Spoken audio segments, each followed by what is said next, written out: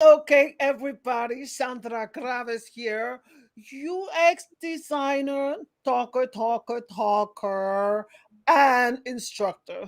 So I do a lot of talking. Yeah. But today we are going to be talking not about me. We are going to be talking about Deb Hinojosa. You hear how that sound? Hinojosa. Deb was actually, I'm going to let her tell her story, okay? But I have to fill in the gap first, okay? And that is that I met her as my student. And the first day of class, from being my students, I fell in love with her because she does ask questions, she does participate, she's very respectful, interactive, and I thought, this is going to be a good one. And she didn't end up being good. She ended up being way better than good. That student transitioned into being my TA, and that TA got a job in the UX UI design world. And while she is in the UX design world, she is speaking her mind and she's fighting for users. So instead of hearing it from me, let's hear it from Deb. So, Deb, tell us a little bit more about you. Of course, you can repeat what I said, but you can add something to it. And then, just a little bit, and then I will be asking you more question about your experience. So go ahead. Sure thing. Yeah. So, I remember signing up for the boot camp and being really excited. After going through the enrollment process and learning a little bit more about what I was going to get out of the class. The content looked really good, and I was like, okay, I'm ready. And then I logged into the class, and I got this crazy woman just yelling, full of energy, and I was like, okay, yeah, I'm gonna get something out of this for sure. And sure enough, I did. I felt very, very supported by you as my instructor. And I can't begin to say enough things about. Well, I guess we'll talk about it soon here. Yeah, you're So supposed to be talking about you. yeah. Yeah, so after going through the 6 months of hard work and sleepless nights, doing projects, I was able to work with the career folks and at the same time apply for the TA position, and which felt really good that people were seeing that I had actually learned the skills that the bootcamp was meant to give me and apply them well enough to actually pass them on to others. So that was really cool.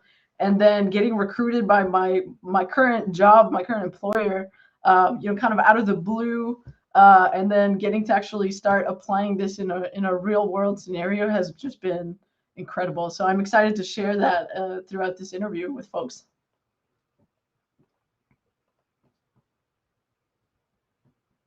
Ooh, Sandra, I lost your audio.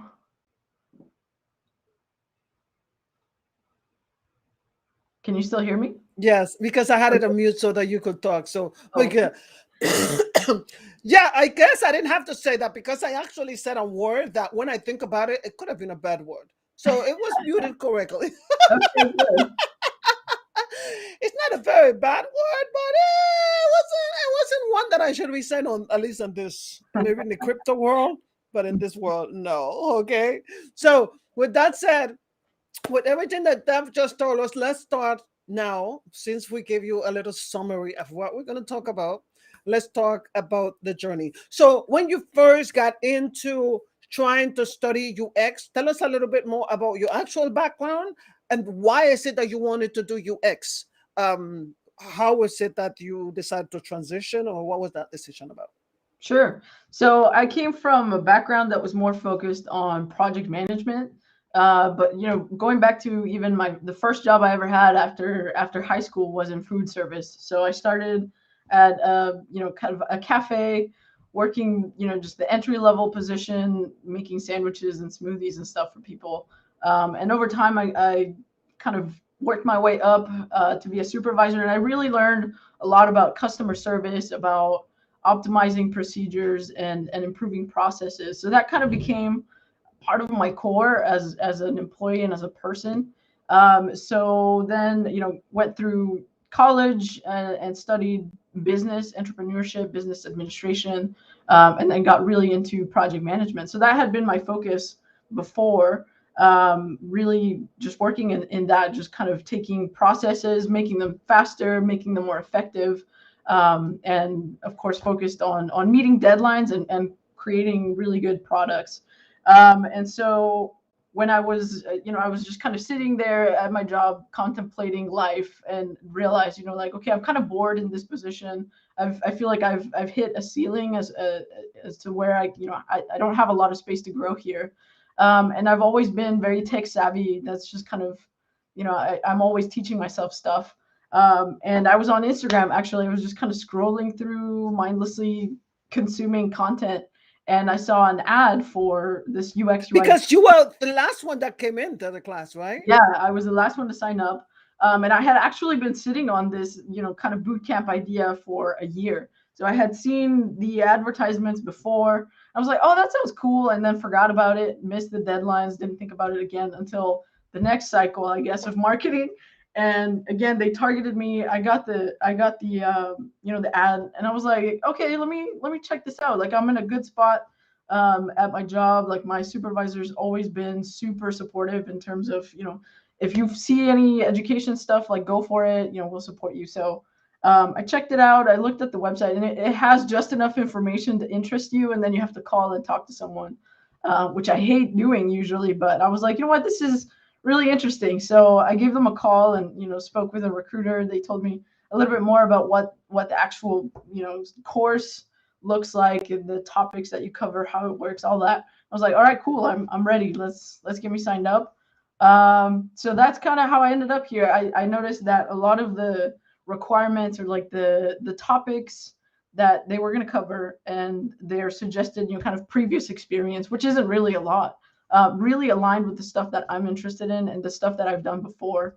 And it just kind of married all of my skills and history in a really, really nice way that seemed exciting to me. So that's how I ended up going through to the boot camp.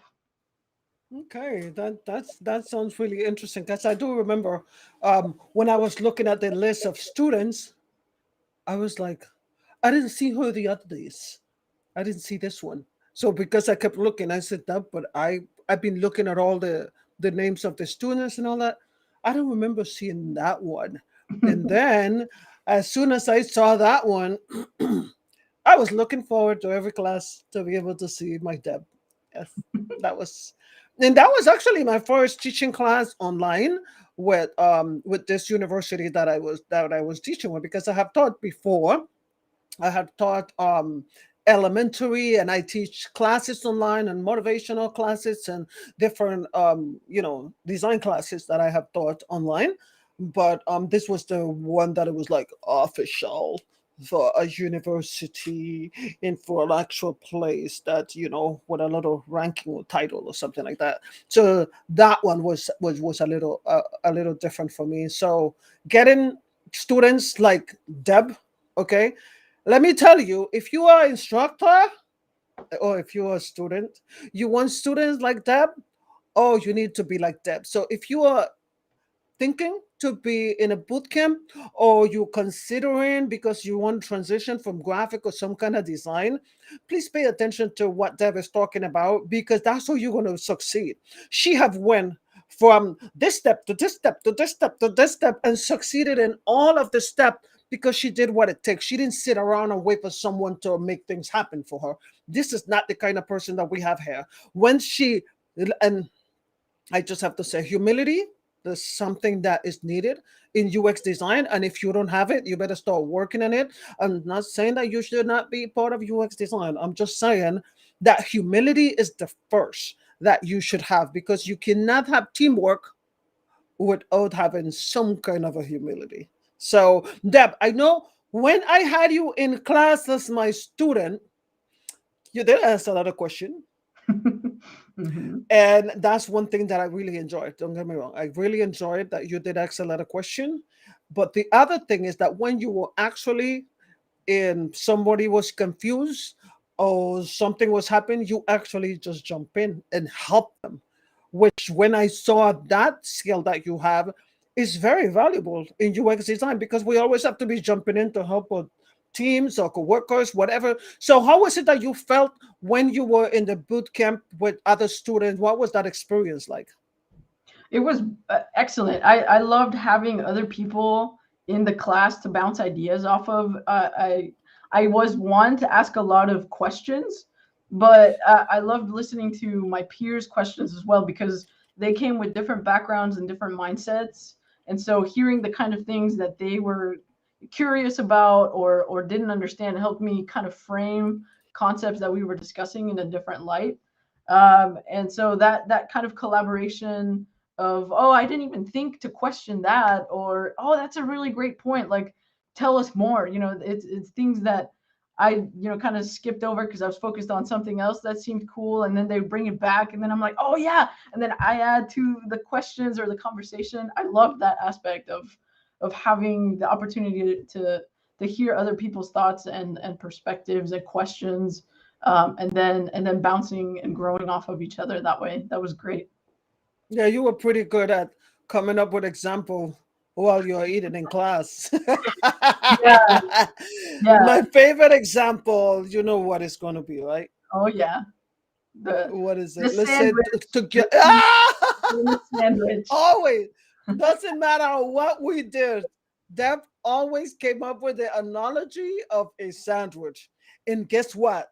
It sounds simple, but that's what we needed. Simplicity.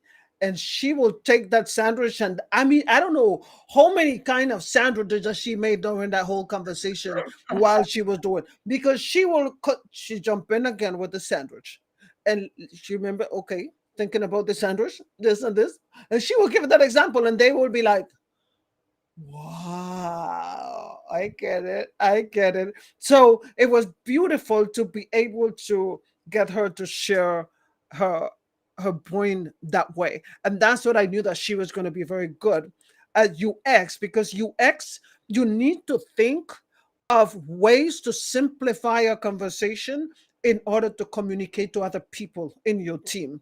If you think that eloquency and you don't speak in the greatest way is going to connect with other people, it's not. Okay? If you make someone feel stupid because you're so eloquent, you are not a team player, because you need to find a way to communicate to them in their language. Just to keep it professional, but in their language. And that's what Deb did. It doesn't matter what background they had, it doesn't matter who they were. Deb was very good at communicating with them, even when they didn't have the best attitudes. You did really good, really good job. I really am so proud of you for that one. So one of the things them that shock you, let's say, without saying the university name, all the stuff. So one of the things them that shock you about the experience, that you thought, if I knew this, if I knew this, I would have done this. One that is like, I would have prepared myself like this, or I would have done this. And the other one is more of like, just to make my experience better, I would have done this. So what would that, if I knew this conversation? Wow, that's a hard question. I think if I had known more information, especially around the amount of time that we needed to invest in outside of class, I might have actually hesitated to join the boot camp because it was a lot of time required to kind of outside of class to devote to research and group work and things like that. So I'm glad actually that I didn't know how much that was going to take because I would have probably said, "Oh no, I can't really afford to do this right now. Like I have a lot going on." But something that maybe would have improved my experience going into it would have been like having I put it back on me being more organized with my time because I was constantly kind of stealing time from my work or from my personal life. So I did have to sacrifice a lot of kind of fun stuff or maybe slack off a little bit at work, which I could afford because I was usually ahead, but to me it felt like I was falling behind. So if I'd had a better system for managing my time, I think I would have had a lot less stress and a little bit more sleep to get through the boot camp. So so so someone that has a family or is a single mom or all of that, what would you say to them if you really wanted to encourage them to sign up for a boot camp, because what would you actually tell them? I would tell them to rely on a backup system, like a support system. That's really what got me through, was having a really great support system of friends and family who, at first I hadn't told anybody that I signed up for this boot camp, just my supervisor and like my direct family, but nobody else knew what was going on, right? So having a vocal conversation, just saying, hey, like, everybody, I'm so excited to be taking this course. It's going to take a lot of time. Like, I need some help every now and then. Would you, who's willing to, kind of help me out? I think having that kind of clear, like, okay, if I need this, I can go to this person, or, hey, I need a little bit of time. Can somebody else at work help me out? Which I was able to kind of build as I was going. Right, I talked to some of my colleagues, and I was like, hey, like, I signed up for this boot camp. I'm finding it to be really taxing. Do you think that I could pass these tasks off to you this week? Because we have a big project. So being a clear communicator and relying on that support system, I think anybody, in any situation, can get through it with the right support. You said it magically.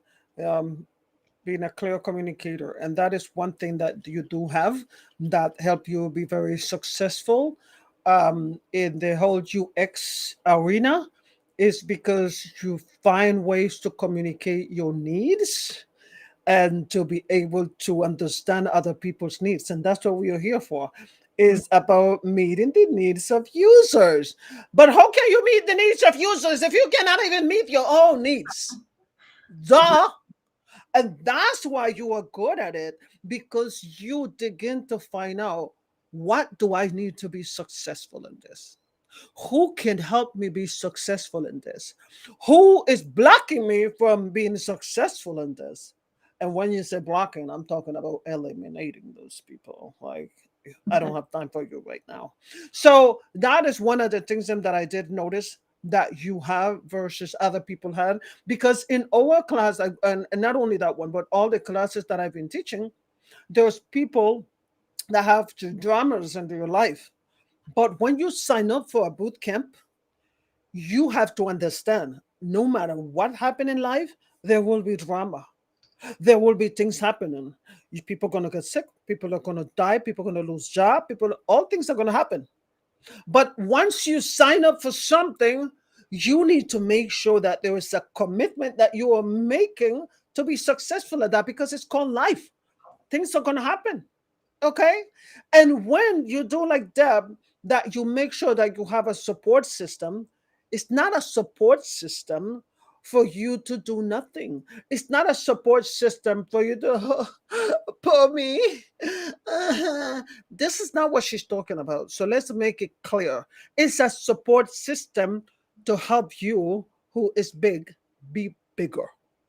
That's what we are talking about. So she did not make herself small and think, oh, I need someone to help me be great. No, she came in being awesome, and she got out being double awesome. I call her my UX genius, right? My humble genius, right? That's what they have become. But because geniuses, one thing that I like to explain people when I said humble genius, a lot of people is like, oh, you think all of them are genius? Let me explain to you without insulting you, okay? Because I usually say another word before I actually explain that. It's kind of the word that goes with nincompoop. But let me explain that. Genius is someone that asks question even when other people are uncomfortable asking that question. That's what a genius is. Not because that genius want to embarrass other people or show off or put their ego on the top. They are genius because they're trying to get understanding in order to make a decision. That's what you're supposed to be doing in class or in the workplace. You want to ask questions. You don't want to be fighting people just because you want to make a point. You want to ask questions. And the reason why I'm saying that, because Dev is very good at that. So I want to find out a little bit more of what's going on in Dev's head, because people find opportunities to fight. Dev find opportunities to communicate. She asked the right question, and in another way where somebody's like, I cannot ask that question. They're gonna think I am being rude or disrespectful. No, she asked question because we are in a field where you're supposed to be asking question. So how do you handle that then? So I'll bring it back to kind of when I was a kid. When kids just ask you like, "Hey, if you could have any superpower, what superpower would you have?" I always wanted to be a mind reader. I wanted to know what was going on in people's heads. And so as I've grown up, obviously I didn't develop a superpower, but I'm always curious about what people are thinking. And I found, being in kind of less than great work situations where people are just making assumptions about what others are thinking or what others' motivations are for doing X, Y, or Z. And I observed a lot of that behavior and noticed just how tragic the results are when people are assuming or just not asking questions, right? Just to better understand where that person's coming from, or like where their directives are coming from, or what their desired outcomes are. And so that's really all I'm thinking about is, when something doesn't quite make sense to me, I'm like, okay, but it must make sense to you because you're telling me to do this, or because you're doing it this way. So help me understand how this makes sense to you, or why you're taking this route as opposed to the route that seems obvious to me. And so that's really the root of why I'm always asking questions. I'm a very curious person, but I've also observed a lot of mistakes or interpersonal conflict that could have really been avoided if any party would just ask a little bit more questions, with the intent of understanding the point of view of the other person, not, like you said, not to embarrass anybody, not to make them feel stupid for doing it the way they're doing it. Because the one assumption that I make is that I have to assume that what you're doing makes sense to you, right? If you're doing something and it doesn't make sense to you, then that's a different conversation. But the way that you carry on about something, there's a reason behind that. So that's what I'm always trying to understand, because then I can communicate, right? Like what you said, I'm always looking for a way to speak a common language with someone. So that's really my bottom goal is, okay, let me understand you, and then let me figure out how to communicate so that you understand me. That's But you said the word, and I'm gonna always be picking words that you say because you do make a lot of sense. And you said the word curious, which is something that I constantly tell people. Whenever you are in this field, you are only going to be successful if you are curious, because curiosity is going to help me, at least for me and Deb. Curiosity, when we are curious about something, we go find out, we Mhm. ask the question. People might think you are nosy, but I'm not asking to be nosy. I'm asking so that I will have understanding and so that I will make a better decision. So when you are curious about something, you acknowledge that you don't know everything.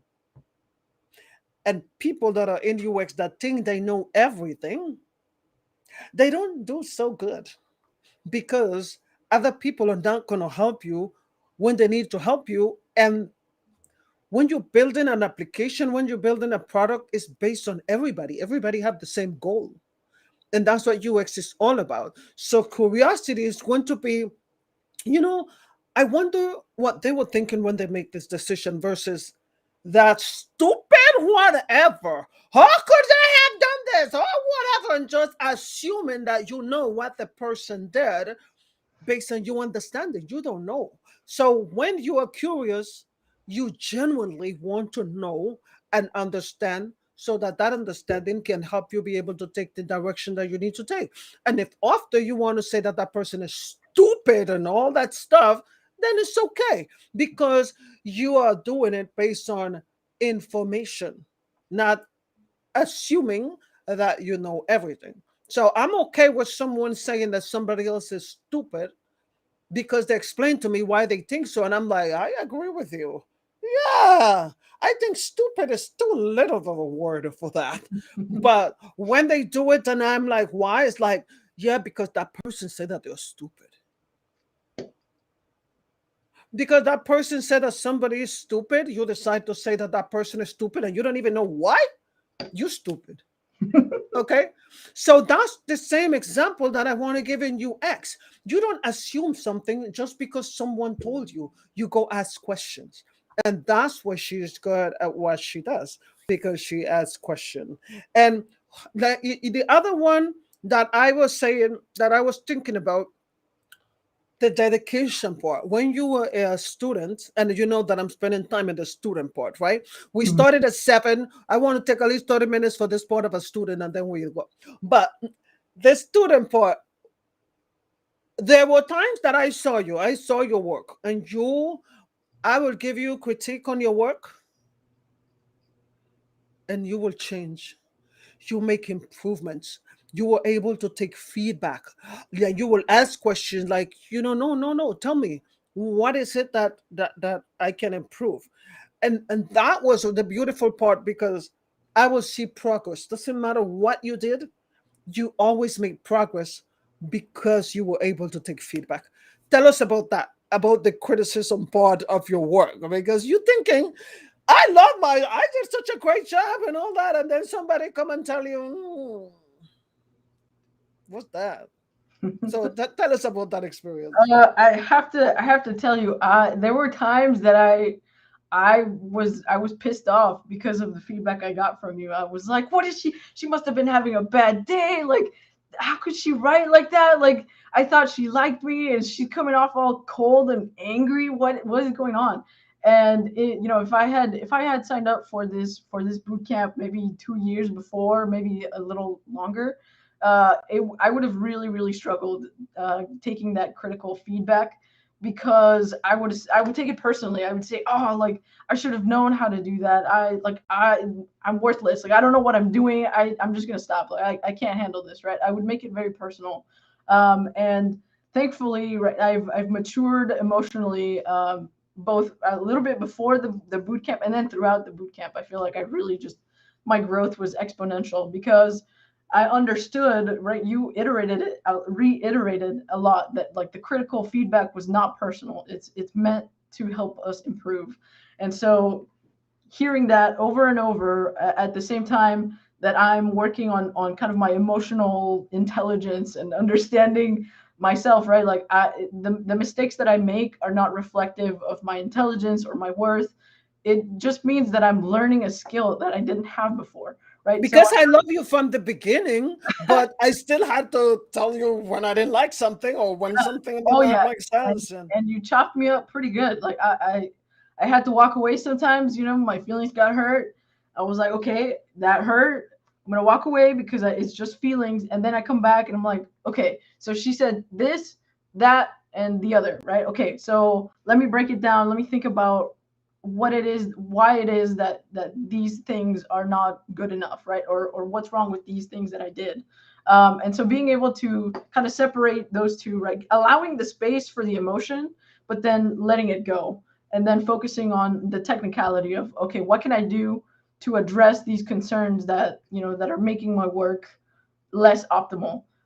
So having that mindset really helped me deal with the feedback, and then eventually the emotions weren't even a problem. Like, it was just like, okay, like, not even worried about my feelings at all, not thinking about, oh, this mistake, I suck. Like, no, it's just like, okay, tell me more. Okay, why is this wrong? Why do I need to fix that? How do I fix that? What's a better approach for this problem, or whatever, right? And so that really helped me grow in UX, but also in my personal life, because then I was able to take that concept of, okay, when I make a mistake in UX, it's an opportunity for improvement. So let me take that learning and apply it to my personal life, right? So anywhere that I go where I make a mistake in a relationship or at my job or whatever, I'm able to separate the emotion and then go back to whoever and be like, hey, so I realize I made a mistake here. Can you tell me more? Tell me more about how that mistake affected you. What can I do to avoid making this mistake in the future? And I think it's worked out in my favor, and well, helped me improve my relationships, my work ethic. So did you feel disrespected by me at any point when I was correcting you? Bien. no, it it took me a while to realize, like, to kind of learn your pattern of communication, right? Like, you're loud and you're very direct. Like, there's no beating around the bush with you. Like, you're just gonna say this is ugly, right? And it's like, oh, ouch! Like, nobody ever says things are ugly. Like, they're saying, oh, is that really like the best idea? Or, like they kind of just weave around the subject. And so once I realized, like, no, like you're not being confrontational. You're not being anything. Like, you have just a lot of passion, and you're very direct, so it feels like a punch in the face, but then it's like, no, like, that's just Sandra. Like, she's just energy, and Well, she's. I gotta tell you, if I started as a desktop publisher into graphic design, into visual design, into web design, into interaction design, then UX design. So I have had people that when I have done something at the beginning, they was like, "What the heck is that?" Like, I'm thinking I did such a great job, and their first reaction is, "What the heck is that?"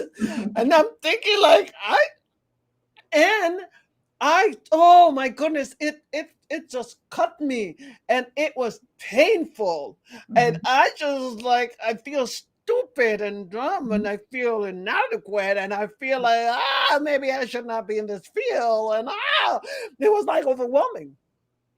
And then in graphic design, I actually learned where you know that feedback is just some people communicate different, and you can't pick who you're going to get. Mhm. You're just going to get who you get. And so that happened to me in desktop publishing and graphic design. Then I go in to web design and visual communication, and I got the same. There's people that are nice the way they talk, and most of the people, they're very direct because they don't have time to waste with trying to babysit you. So they will tell you whatever comes to their brain, and they expect you to have an answer because they're not thinking about your feeling. They're thinking about the work that they gave you. Then I got into visual design and all that kind of stuff. And then I got people the same way, talking like this and talking like that. But guess what? The people that were harsh with me were the ones that helped me grow. The people that tried to soften the blow for me, they never made me grow because they were not helping me see the problem. Mhm. They were actually saying, "Oh, I think you did a good job, but like this." The people that and then I wasn't able to see it because I was focused and they think that I could did a good job. I'm so good. Like I'm really creative. Like I'm in the right field. But the people that just cut me, when I actually look at my work, I started to learn it's like this is not personal. And I try to look at it. So my son was one of those people that I got because he was a kid and I would show him my work also. And he was like, "What is that, mom?" Like, like this doesn't like this is not how people are doing it in the real world. I'm like, what is he talking about? I'm in the real world, like designing for the real world. So he will give me feedback, but I always commend him on that because I wanted that kind of feedback. I will go to my husband or somebody else, and they will be like, "Great job! You are so awesome at everything you do." I will go to some of my bosses, and they're like, "Great job! You were fantastic." I will go to other people. So I try to go to people that didn't like me so that I will ask them. And those people that didn't like me, they thought they were doing me an injustice. And they were telling me the truth. And I was changing it. And those people that didn't like me, they were surprised that I did such a good job because they gave me feedback that was valuable and they wasn't babysitting me. Mhm. Mhm. So that's the kind of feedback that I get. I'm being friendly and I'm nice at the beginning and all that, but when it's time for cutting, I cut. And when it's time for watering, I water because that's how life is. If people just water you all the time, you will drown. Okay? But a tree that gets water and sun doesn't drown. It grows and fruits grow from it. And that's what we are all about. It's about helping you grow. And that's one thing that I have seen with you beautifully is your growth. So with that said, let's go to transition from that, and this one we're not going to spend too much time on, as a TA, how Okay. has that experience been with you as a TA? Your experience on teaching, giving feedback to students, because now you became the enemy. Mhm. Yeah, that's exactly what I feel like I've grown the most from this position is okay, like now that I've been on the receiving end, how do I improve my skill at providing feedback? And I it's not easy. I gotta commend you on you make it look easy, and I thought, oh yeah, like it's gonna be fine. Like I've we've practiced this in class with our peers as we kind of go through the program. So I thought, okay, it'll be fine, it'll be easy. But when when I became the TA and I'm starting to see other students' projects and homeworks and things, I'm like, wow, okay, there's a lot that I could talk about. And so having to stop and analyze, okay, what will be the maybe one to or two to three most important things that will have the greatest impact on improving this project. So having to be able to do that and so quickly, right? Because I see it, real time, and it's like, okay, boom, boom, boom, scanning for all the things. I have a huge list of things in my head, and then I have to like, okay, what are the top three things? And try not to talk for too long because their eyes will just glaze over. And I do that, right? And I struggle with that. Is like I get excited and I'm just like blah blah blah, and they're lost. They're just like what. So that skill of being able to analyze quickly and then pick maybe a couple of priorities and then just boom, stop. That's been the biggest challenge and growth opportunity for me in this position. And then again, of course, communicating it clearly so that they understand. And you do that. You do communicate it clearly, but you actually get people that don't like you just because you know I thought you were supposed to be nice, just like what you said. And I have seen that that had happened. People like you, and then they just like, Hmm. mm. I remember when she was my TA the first time. That's because she's my TA again. Um, when I said, "Okay, Deb, it's your turn," oh, people were just like, but she actually started doing that before she became my TA. Before when she was a student, before the class ended, Deb would give feedback on people's work. But she not only gave feedback on their work, and she did it in an accurate way, she actually gave feedback about herself. Because some people are very good at pointing out what you did wrong and correcting you, but they cannot do it for themselves. And I have a lot of students that have done that through the whole process. They are very good, like they are so good at just spitting the truth. But when it comes to their own work, and you would think that this person that just gave this advice will present something amazing, you're just like, oh, is that the same person that was talking? And that's something, a skill that you have to be able to have in UX. Make sure that before you go to anybody to show them your work and says, what do you think about this? Or be able to do a A/B testing or whatever, look at your work first. Judge yourself harshly before you find someone else to be able to get some satisfaction out of their feedback, because you need to judge yourself, and that's something that people don't understand. They want everybody to applaud them. You're doing such a wonderful job. UX is not about doing a wonderful job. It's about doing a job that works, functioning, easy, simple, useful, accessible. All of those things have to be in place. And you cannot get that by just asking people and not looking at your own work. Right, Deb? Exactly. I think that would, now that you mention it, yeah, that's another area where I'm always critical of my own work, but I was conditioned, through high school and other stuff. Like I became conditioned to, okay, I'm doing the work so that I can get an A, so that I can get praise, and so I can feel good about myself. And this boot camp really kind of rewired my brain to, no, I'm doing this work to come up with the best possible solution. And then, okay, create my first draft and then step away for a minute, come back, look at it with fresh eyes. Oh, I don't know what I was thinking here. Like, this is ridiculous. Let me start over. constant criticism of my own work and then presenting it to others is something absolutely I learned through the boot camp, and now I apply it all the time. Okay, so we got to that point where I say, how did you land it? The job that you have right now. So Okay, right now, somebody is listen. Let's think about our audience right now, our sure. users, graphic designers, marketers, web developers, current students, graduating students. They are Mhm. listening right now. They either want to transition to a position that you have and take away your job. That's going to be very hard, let me tell you, to take away Deb's job. You to be able to take away Deb's job, woo, it's going to work really hard. So that is the first thing. So they're going to transition to try to take away your job or work with you together. That is the most toughest part because you better be good, not because Deb is tough, but because you better produce.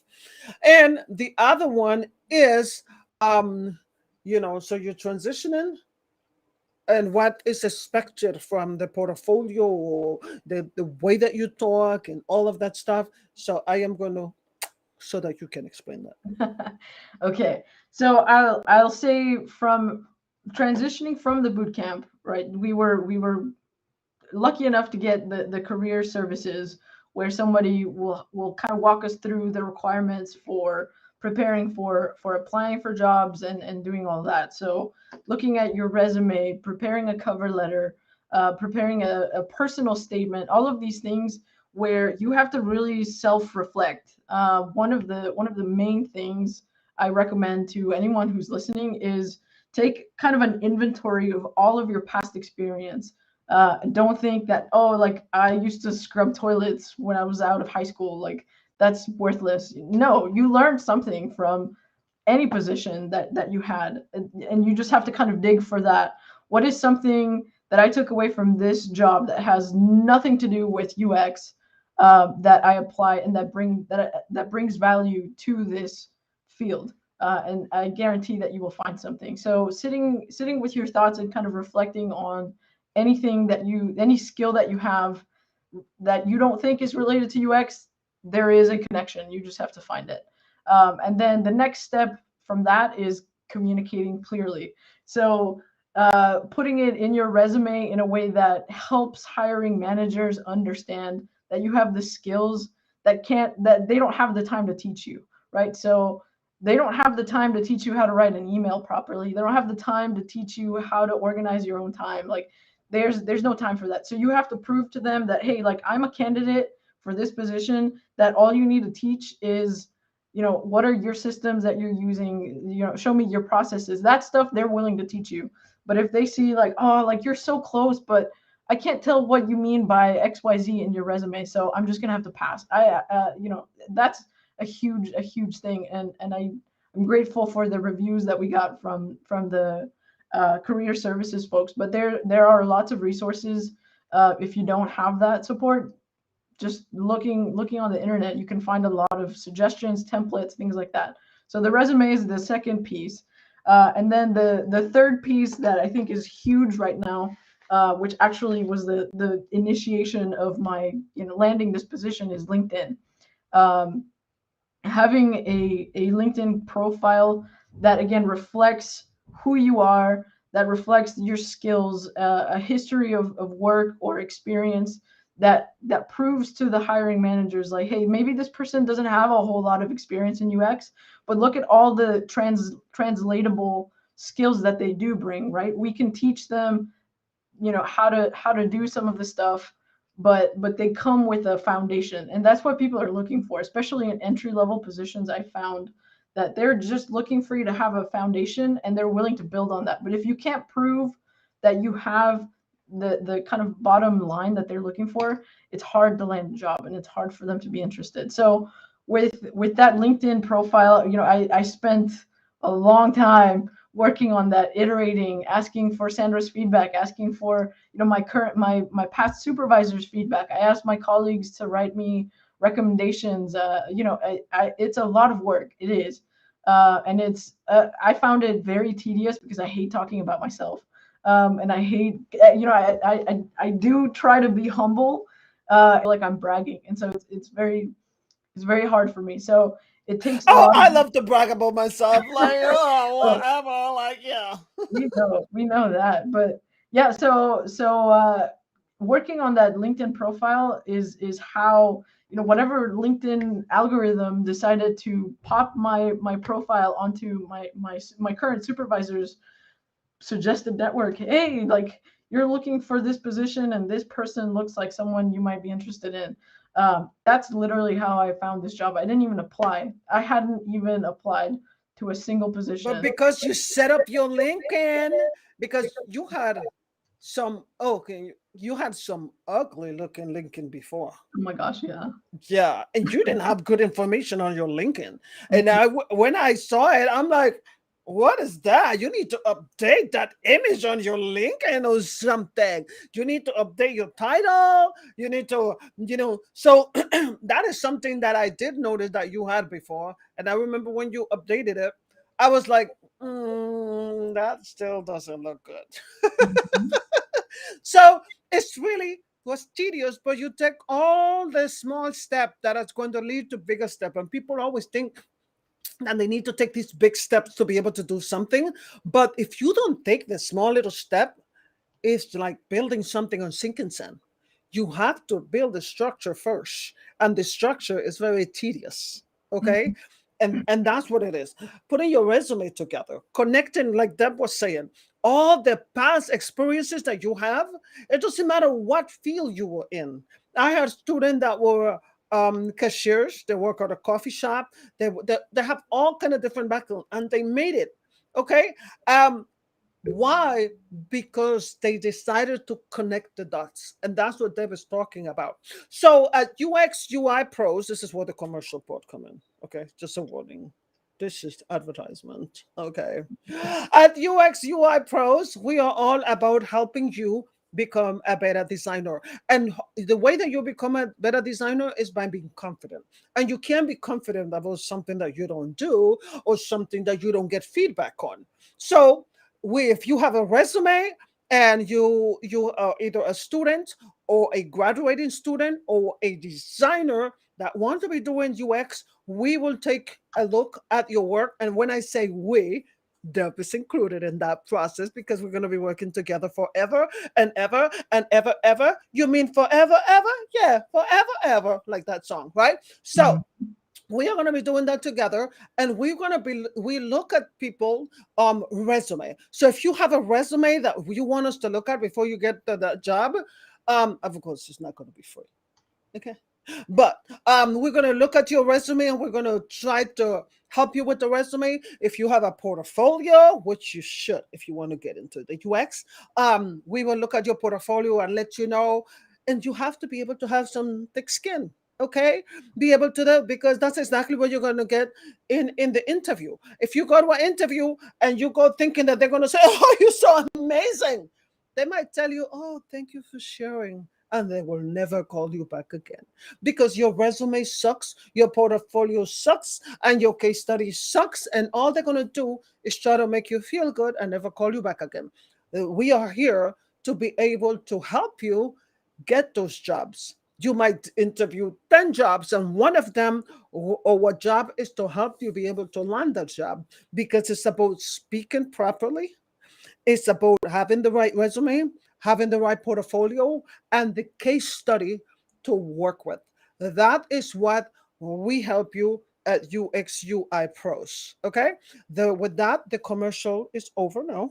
So Mhm. now, Deb. So with your experience, one of the things that I really love, that I always be asking you, without you telling me too much about what your job is and all that, Mhm. your ability to be able to communicate to people about um, meeting the needs of users. How is it that, okay, so you landed the job? Let's go into that first. Mhm. Why is it that they tell you that you landed the job? And then the other one, how are you been successful as a UX designer at your current job? Sure. So yeah, one of the first questions I asked out of the many is, what did make you guys choose me, right? I knew they were interviewing other people, and my supervisor was, and I barely even had to ask. She was going to tell me anyways that I stood out to them because of my ability to communicate. They really appreciated the fact that I could connect the dots for them as to what is it that I'm bringing to the company, what skills I have that they need, that they, skills that they don't have, experience that they don't have, but that I have the kind of history of, okay, like they love that I'm in a TA position because they know that part of the job is going to be to educate somebody at some point. So they've got a growth mindset, and so, okay, if we're going to grow at some point, we're going to need to train new people, and they know that with clients, you sometimes have to educate them as to why your design ideas work as opposed to their design ideas, because they're often just thinking, oh, I just want to look pretty, this looks pretty, and you're like, no, yeah, I mean, yes, it looks pretty, but it doesn't work because the users are trying to do this task, and in the pretty screen they have to click like 5 times before they can do whatever task they're trying to do. So being able to communicate that respectfully to clients, communicate respectfully with colleagues who are making design decisions, based on, if they have a marketing background, they're thinking, okay, this has to look, a certain way, and then again focusing it back on what are the users trying to do, right? Because we are dealing with clients who are representing the HR department of their companies. They're not users, right? They're just thinking about what does the company need to push to their employees. And so we as the UX designers have to think, okay, this is what the client needs and wants, but this is what their employees and their users need.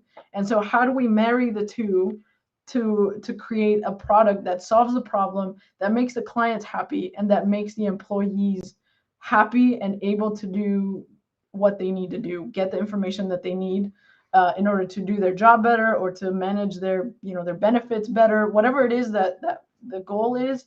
That's our job. And uh, thanks to I'll give credit where credit is due, right? So thanks to the boot camp and the constant, kind of pushing for growth, chopping up and watering cycles from Sandra, and my previous supervisor and colleagues, all that support that I had, where, in my previous job, I was very, very afraid to speak up because everybody else in that office was older than me. They had a lot longer, time working at the office, or just professionally, right? So I was very intimidated because I'm the youngest. I just graduated with my bachelor's, so I like nobody's gonna take me seriously. So I never spoke up. And then, with the encouragement of my supervisor and other close colleagues, they were like, "Hey, you have some good ideas. Why don't you share that with the office?" I'm like, "Oh, okay. I guess I'll give it a try." So trying that out, and then taking the boot camp, and Sandra's like, what are you doing being quiet? Like, you need to speak up, you need to like share your ideas, whatever, just encouraging me to like really break out of my shell. And now I'm able to apply that, right? So I'm not afraid to share my voice. I don't even have to think about, should I say that? Like, I just say it out loud, and it's usually in the form of a question. I'm always asking. So, can you tell me more about this process? Can you explain why it is that we go about it this way? So I'm never, like we were talking about earlier, I'm never saying like, why are you doing it like that? Like, that doesn't make sense. Like, no, I'm never asking that way because I'm genuinely curious, right? There's a reason why things were done that way. And so being able to speak up and say like, hey, like, why is it that we're doing this? Okay, great. Okay, I'm hearing you. Thank you so much for explaining that to me. Here's what I believe based on my experience in UX, the learning that I've, whatever it is that I'm pushing back on. I can say that, and it doesn't come off as disrespectful. On the contrary, they're glad to hear it because they haven't had that perspective before. They have different backgrounds, and so they're very appreciative when I've been able to speak up and just question why we're doing certain things. And it ends up opening the door for other people, kind of like what I was talking about in the class. When my peers would ask a question that I didn't think about, it creates kind of a domino effect for people. Oh yeah, like, now that she mentions that, why do we do this way? Or like, what could we do differently? And so then it engages everybody else and creates a buy-in for change, which is exactly what I want, right? It's like, let's refocus the conversation on what is the goal, right? Our goal is to create an app or a design that's going to solve a problem, and that is something that has gotten me a very positive feedback in this new position, and has helped me be successful in the little projects that I'm doing, and set me up for potential growth as the company itself is also growing. And with you saying that, there is a boss that I had when I was at IBM, which is my friend now, and he have a book. It's called Intelligent Disobedience. I am shilling his book. He didn't ask me to do that, but the reason why I'm saying is because some people, the way that you communicate things, it might sound like disobedient. It might sound to other people that are not capable of doing that, it might sound like you're being disobedient. But if you want to be successful in any field, learn to ask questions. Those questions are going to help people be able to pause and ponder about what is it that you are actually saying, and they're going to learn from that, or they're going to give you an answer and you are going to learn from that. And even if you disagree with someone, instead of saying, I don't think so, oh, no, ask them questions. Okay. And just like Deb was giving that example before, just ask questions. That's one of the things them that I try to, Deb and I, we constantly try to be getting to the students, is to make sure that they're asking questions. It's not about you asking questions just for asking questions, just for other people to think, oh, you ask question, are you so smart? No, ask questions when you really need to ask question and you need to understand something. Don't ask questions just to be stupid and for people to say, oh, that person is so smart, they always ask question. Sometimes I've been in groups and there's people that just ask questions just to be stupid. They ask questions just because they want to be heard. They want to hear the beautiful voice or something, and whatever comes out of their mouth cannot get anything meaningful because their questions was not meaningful. They just want someone to know, oh, I am here. This is not the kind of question that we're talking about, okay? Because I can tell you, every time that Deb asked question, she thought about the question. She thought about her understanding of the question and she had a doubt about it. She will ask the question. If you know the answer to the question, why are you asking the question? Okay, so please do yourself a favor and avoid embarrassment. So, no question is stupid if you really don't know what the answer is. It is stupid if you know the answer and you're trying to just ask it to impress. But it is not stupid if you know the answer and other people don't know the answer and they're acting like if they have the answer, and then you ask the question just to help them to think about what the answer really is. That's one of the things that I do when I'm asking question. There's people that have their egos really high, and you just want to ask the question publicly so that they can answer it, and then they get choked because they really don't know what you're talking about, and then they want to come up with a lot of stupidity because it's lies, and then when they are explaining, everybody's going to be like, I thought that person really know what they were talking about. So they can answer this question they don't really know. So sometimes you can actually help the situation by simple asking question, right? That Absolutely. Yeah, and thankfully I haven't come across egos like that. good job. Yeah, You will. I promise you will. but I do I do understand how people's egos can get kind of tangled up especially in like a group meeting situation, right? Where like we're very concerned about saving face and looking good in front of our peers, and so my kind of tactic for when I'm confused about why something is being done a way that I think is ineffective, is exactly that. I'm like, I put it on myself and I say, hey, I'm a little bit confused as to why we're doing it this way or why this looks that way. Could you please tell me more? Tell me why. And so I kind of flip it and I make them feel like, oh yeah, like let me explain it to you, silly girl. Like this is why we're doing it. And then as they're talking, they're having to think about their answer, and so they end up most of the time they end up sounding smart, or if they don't know, then I kind of jump in and I'm like, oh, okay, yeah, so like you're trying to do this, right? And then I kind of chime in with my own opinion and my own kind of experience and knowledge to say like, oh, this is the answer that you want to give to this question, and then the person ends up looking smart.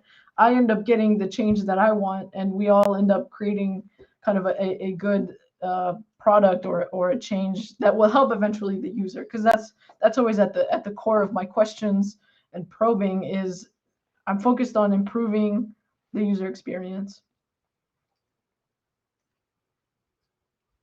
I think you're muted again. Yeah, I There just you make sure that I didn't have any echo in the background for you or anything like that. But with that said, I was just actually sharing the website for those of you that want to have us audit um your website or your application. If you want us to audit your work, and audit again is not like auditing as taxes auditing. We don't do that. We audit to be able to help you create a better experience for your user. So we would look over what is it that you have. We do heuristic evaluation if needed, a competitive analysis and all that, and then give you an update as to what is it that you're doing right and what is it that you're doing wrong and how is it that you can fix it.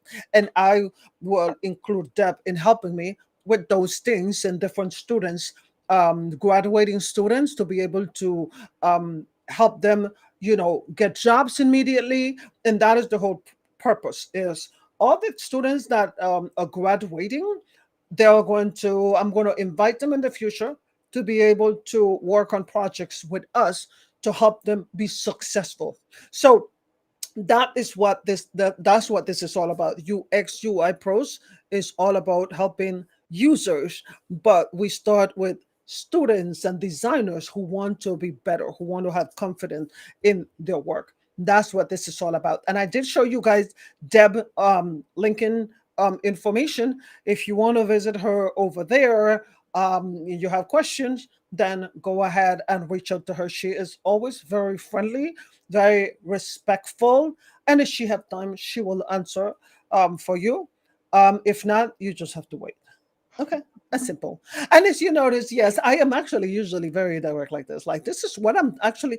I am silly, and then it switch into like this directness. So whatever is it that you got through this video, this is usually me. This is not a game, right? That just like real, right? Yeah, this is, Yeah. you see what you see is what you get, for sure. Yes, what is, except for now, if you look at all the other videos or whatever, it was a different hairstyle before.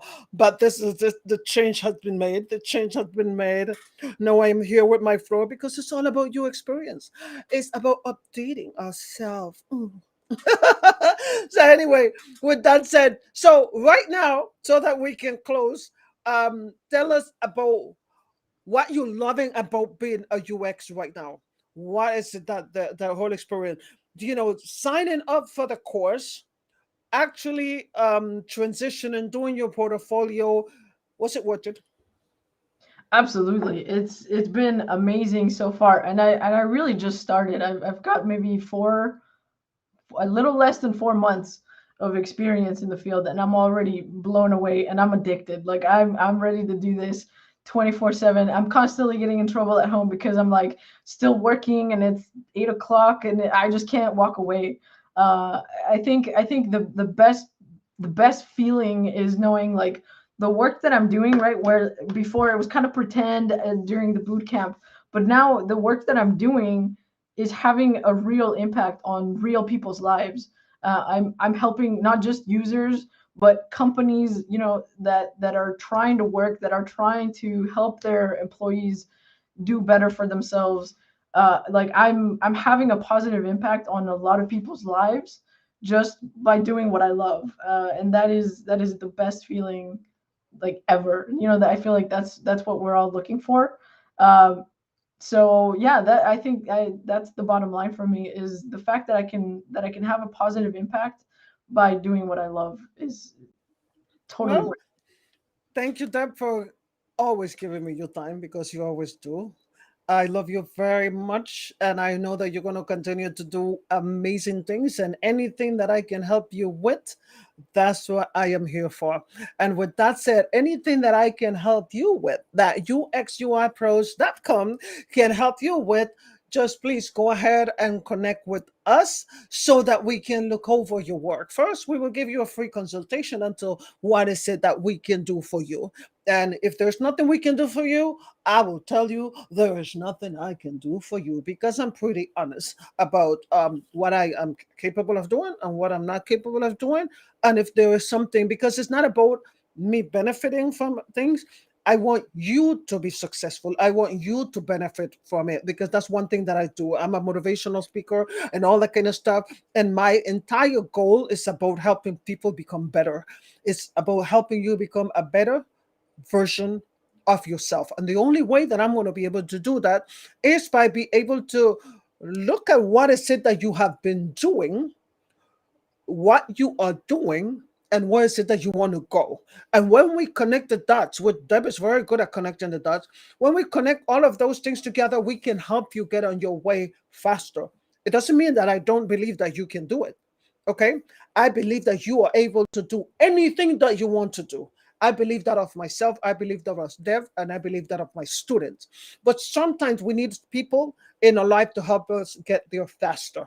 It's not that we cannot get there, is that some people help us get there faster. So don't let anybody make you believe that you cannot do anything on your own, because you are fully capable of doing it, and it depends on your dedication to anything that you do. So with that said, and a little bit of motivation ending here, again, just keep looking up. You are going to make mistakes, continue making them, but once you learn from those mistakes, they're called lesson. They are no longer called mistakes, they are lesson.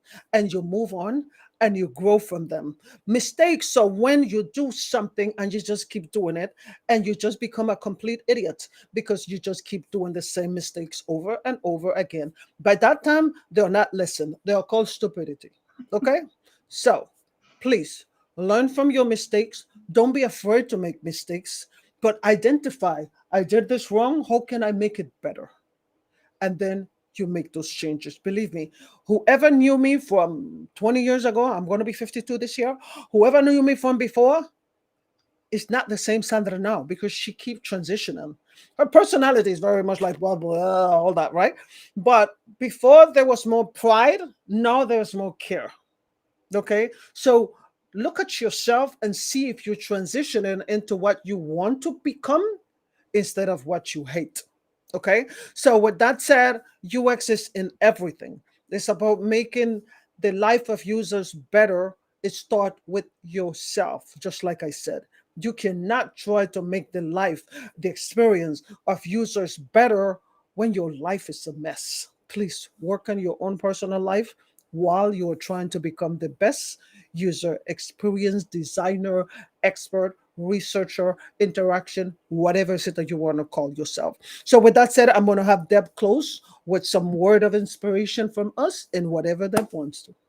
Yeah, I think my closing statement will be, don't be afraid to take the leap. That was something that I struggled a lot with, because I'm afraid of making mistakes, because I'm always trying to be perfect with whatever I do. And this boot camp experience and focusing on UX has taught me that just taking the leap, trying something, and then looking for, kind of the assumption that you are going to make mistakes, and that's okay. Like you said, as long as you learn from them, but don't be afraid to try it. Don't be afraid, because that's the only way you fail, is if you don't ever actually try. So that's my word of encouragement, is whatever it is that you're thinking about, that you've been sitting on for months or even weeks, just give it a try. Be ready to make a mistake, be ready to fail, but just know that you're going to get through it if you have the right mindset. Okay. Thank you, Deb. And well, we will continue. If you are an expert in a particular area, especially in UX, and you want to interview here, please get in touch with me. Next week, I have an interview on Tuesday. And it's going to be from an expert UX UI designer, director, instructor, which is going to be providing us with some more tips and skills and all of that. And he used to work with IBM and all the good stuff. So you definitely want to be able to hear from other people as to their experience and how you can learn from those experiences. So stay tuned, subscribe if you haven't, and then go ahead and share this video if you like anything that we said. If not, you know what? Don't like it, okay? But leave a comment, and any disrespectful comment I will delete. But if it's just your opinion or whatever, you can disagree. It's okay. I accept disagreement. I don't accept anybody to be disrespectful. So those I will delete. Okay.